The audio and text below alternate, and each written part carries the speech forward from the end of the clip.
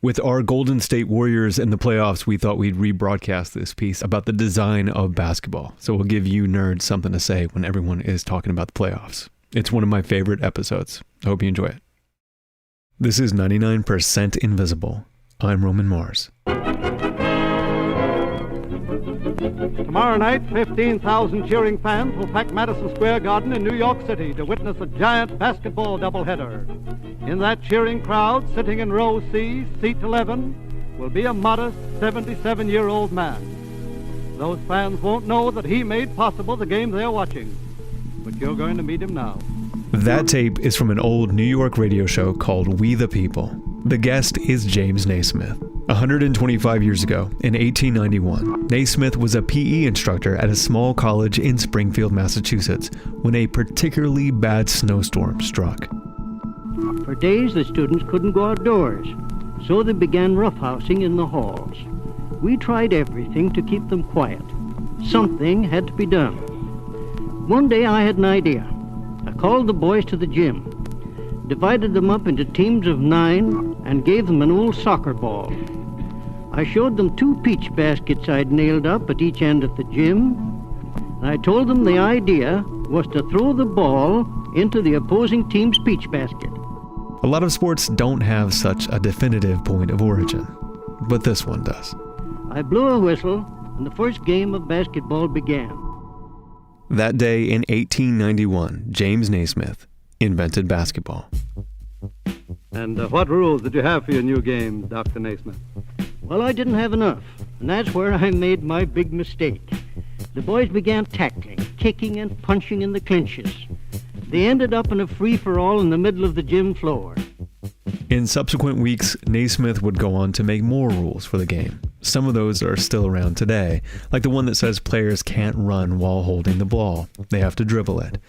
But there was one thing, not so much a rule, but a design decision that he made back in 1891 that continues to define the way the game is played. He had to decide how high to hang the peach basket. That's Carrie Champion. She's an anchor at ESPN and host of the Be Honest podcast, and she's going to help us tell our story today. Naismith chose to hang the peach basket at 10 feet above the court floor. There was a running track that went around the court at that level, but otherwise the decision was pretty random, and just a little higher or a little lower, and everything would be different. That arbitrary decision to put the basket at 10 feet caused the game of basketball to take shape around the tallest players. But it happened gradually. In fact, in the beginning, the game was played by shorter, less imposing players.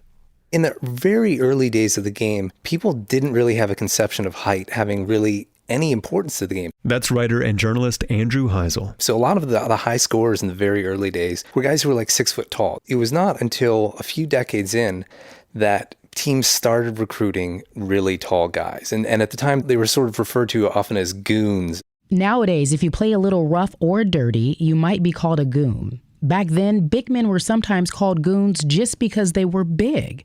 The first so-called goon to have a major impact on the game was a big white dude named George Mikan, who played for the Minneapolis Lakers from 1948 to 1956. He was a 6'10" monster who wore big round spectacles when he played.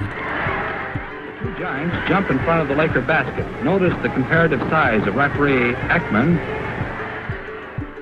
Mikan towered over his opponents and broke scoring records with his strength and accuracy. George Mikan forces his way through the center, spins and shoots, and is fouled by Paul Female. Watch Mikan get the rebound. Mikan was such a force they actually had to change some rules in the game to offset his advantage. For example, the rule against goaltending came about because of Mikan. Goaltending is the act of catching or batting away another player's shot as the ball is on a downward path toward the basket. Mikan was so tall he could just stand under the basket and swat away shots by the other team. Goaltending was banned in 1945. But rule changes didn't stop George Mikan or his fellow big men from dominating defensively and offensively. You started seeing people saying, like, it's too easy to score. Like, they were really sort of disgusted. They thought this should be a triumph to get the ball in the hoop, not something that happens 100 sometimes a game. The ease with which these super tall players could put the ball in the basket was alarming people. The traditionalists didn't like the way the game was going, but they had no idea what was about to hit them. Slam dunk is the Lakers. The dunk, sometimes called the slam dunk. The first one in an organized game happened in 1936, but dunking didn't really get going in basketball until the 1960s. And man, the traditionalists, they hated the dunk. But not just because it was a new, unconventional way to put the ball in the basket. The dunk became political. The key year is 1966. That's Matt Andrews. My name is Matt Andrews. I teach American history at UNC Chapel Hill, and I have a particular focus on sport and society. So it was in 1966. In the NCAA championship game, Texas Western, with an all-black starting five, easily defeat Adolph Rupp's all-white University of Kentucky team. This win by Texas Western against Kentucky was a big deal in the college basketball world. Kentucky was one of the last major college teams in the country that still didn't have any black players. The coach of Kentucky was a guy named Adolph Rupp. Many viewed him as a racist. According to the sports correspondent Frank DeFord, who was in the Kentucky locker room that night, the language Rupp used against the Texas Western players sent a chill down his spine. And there was this moment right at the beginning of the game where Texas Western's David Lattin gets the ball and makes a move toward the hoop. The defender in front of him is Pat Riley. He'd go on to win 9 NBA titles as a player, coach, and executive, and Lattin flies over him. Riley's like 6'4", stockily built, and Lattin just rises above him and slams the ball through the hoop.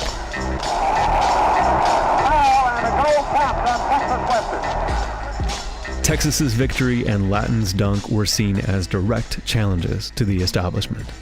After all, this was 1966. There was a lot going on in America. The Black Panthers had become a visible force.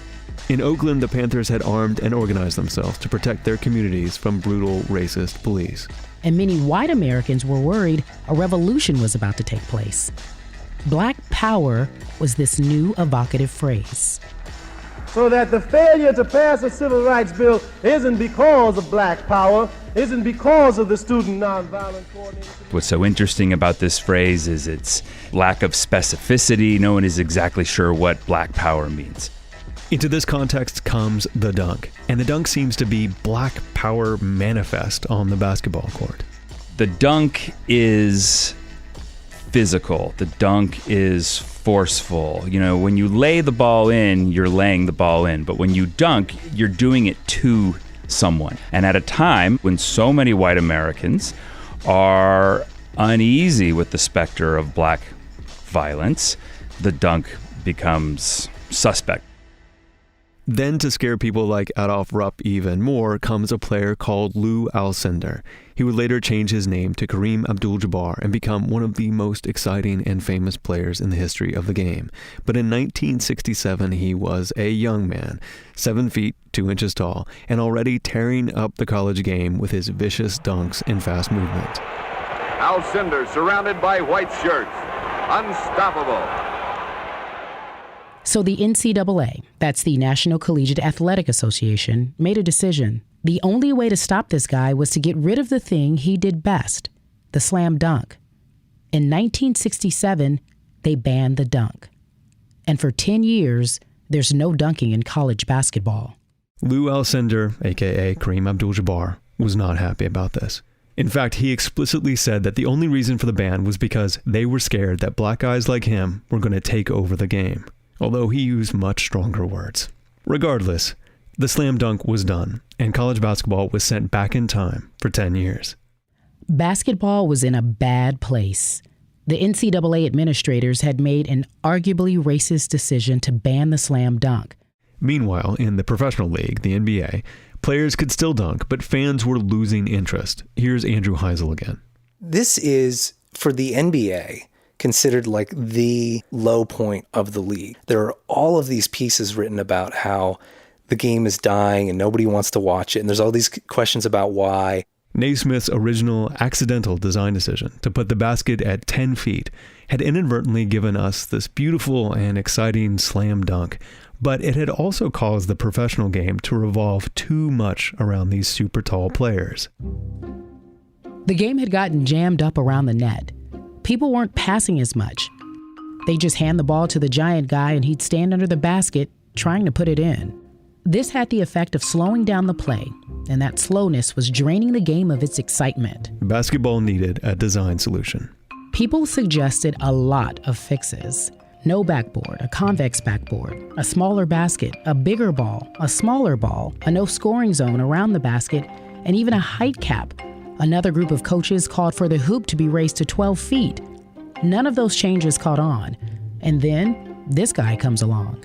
Well, we feel that those people who are not under contractual obligation, if they'd like to take a look at us, we would... So remember George Mikan, the original NBA goon, 6 foot 10 inches tall with big round specs? Well, in 1967, he was working as a travel agent in Minnesota where he used to play, when he gets a call from a couple of guys asking if he wants to head up a new professional basketball league that would compete with the NBA. What do his old NBA friends have to say about his new job? Good luck, baby. I mean, it really was just sort of making up as you go along. It was simply, let's get an idea and let's see what we can do here. That's Terry Pluto, who wrote a book about the founding of this new league. They called it the ABA, the American Basketball Association, and George Mikan became its first commissioner. They were trying everything to get fans re-engaged in the game. Sometimes they featured cow milking contests for entertainment, and one halftime show in Indiana involved a wrestling bear called Victor. A big, beautiful brown bear who looks to me that he weighs at least 500 pounds. Most of their ideas didn't stick. A lot of times good ideas are like that. They're one of 12 things that people stuck to the wall, and out of the 12, one became really good, one helped a little bit, and the other 10 were almost embarrassing. In this case, one of the ideas was really good. In fact, it's the design solution that arguably saved basketball, and the secret star of this story that we're telling right now. The three-point shot. Firing for three, hits a three. Bird is in, and he hits a three. Ejuan knocks down a double clutches and knocks it down for three. So all you sports fans know this, but originally, shots from the field were all worth 2 points. But the ABA's innovation, which they actually borrowed from an earlier defunct league, was to draw an arced line about 22 feet away from the basket, and any shot made from behind that line was now worth 3 points. The ABA was trying to please the fans. Fans get excited when they see a three-pointer, but they can also go and practice the shot at home. It's more egalitarian. That's Ramona Shelburne, senior writer for ESPN.com. It's the sense that if I practice hard enough, I don't have to be the most athletic guy in the court. I don't have to be an incredible dunker. It's something that when fans watch it, they think, oh, I could do that too. In 1976, the NBA merged with the ABA, and 3 years later, they brought in the three-point shot. At first, it was about pleasing the fans, but they slowly came to realize something about the three-point shot. When you'd study it, if you shoot 35% on three-pointers and you shoot 45% on two-pointers, if you just break it down, it makes so much more sense to build a team around three-point shooting because you're going to score more points, and that's the point of the game. And now, some teams have decided that the way to win is to concentrate on three-point shots. When the NBA first introduced the three-point shot, games featured only a couple of three-point attempts. This season, it's more than 10 times that. And if there's any team that's demonstrating the value of the three-point shot right now, it's the Golden State Warriors from California and Mr. Steph Curry. Curry for the lead. Go! Curry splits the defense behind the back. Fires a three. Oh, he puts it in. And Curry hits a three.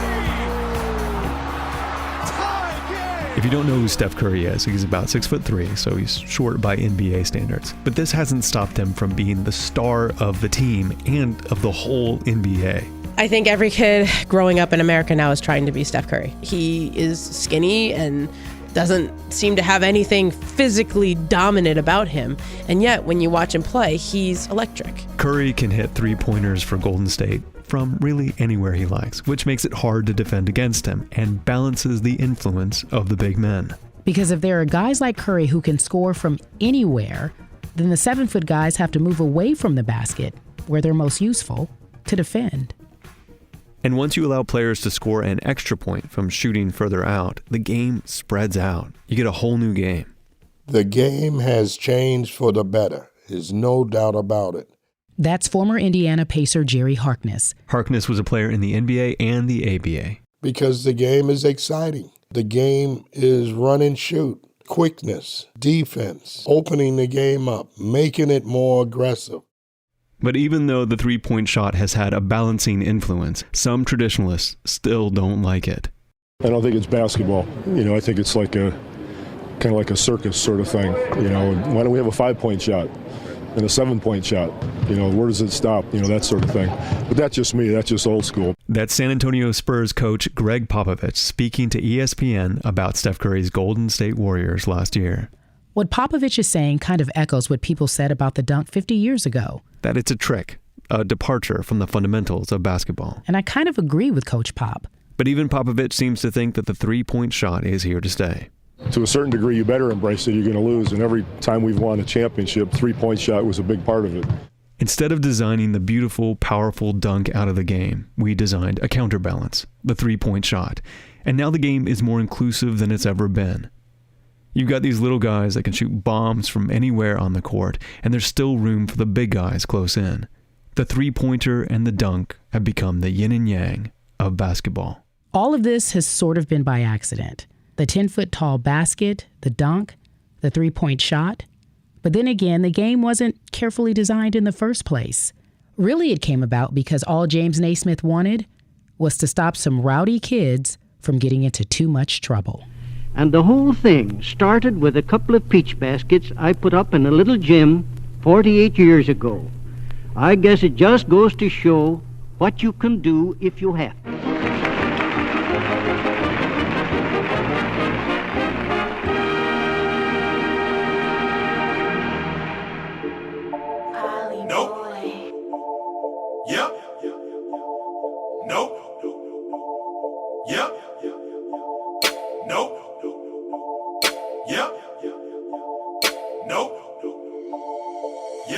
Did it happen in one day? No. Came a long way? Yeah.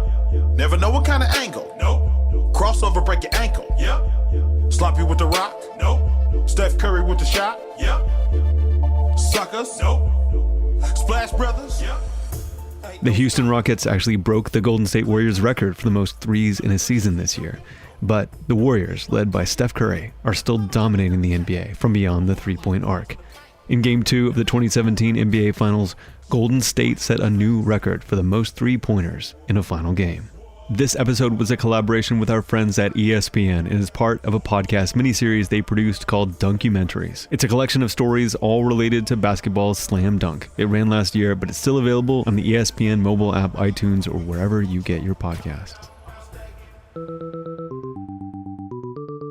Joe Sykes reported and produced this story for us and for ESPN with help from Ryan Nantel, Emma Morgenstern, Delina Turman, Joe Fuentes, and Kevin Wilds. Special thanks to Jody Avirgan for hooking us all up. Also, check out Carrie Champion's podcast, Be Honest, where she has candid conversations with some of the biggest names in sports, music, and entertainment. This piece was inspired by a Vice article by Andrew Heisel. We'll have a link to it on our website. On the 99% Invisible team, senior producer Katie Mingle did the heavy lifting on this one, with Avery Trufelman, Delaney Hall, Emmett Fitzgerald, Sharif Youssef, and me, Roman Mars. Kurt Kolstad is the digital director, and Taryn Mazza is the office manager. We are a project of 91.7 KALW in San Francisco and produced on Radio Row in beautiful downtown Oakland, California. If you want to learn about another little game design innovation that saved the game of basketball, look for episode number 77 of this program. It's called Game Changer. It's about the shot clock. You'll like it.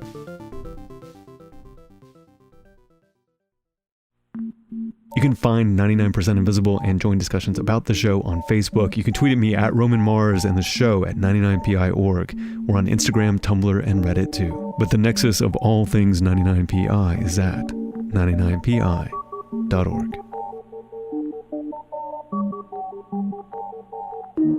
Radiotopia.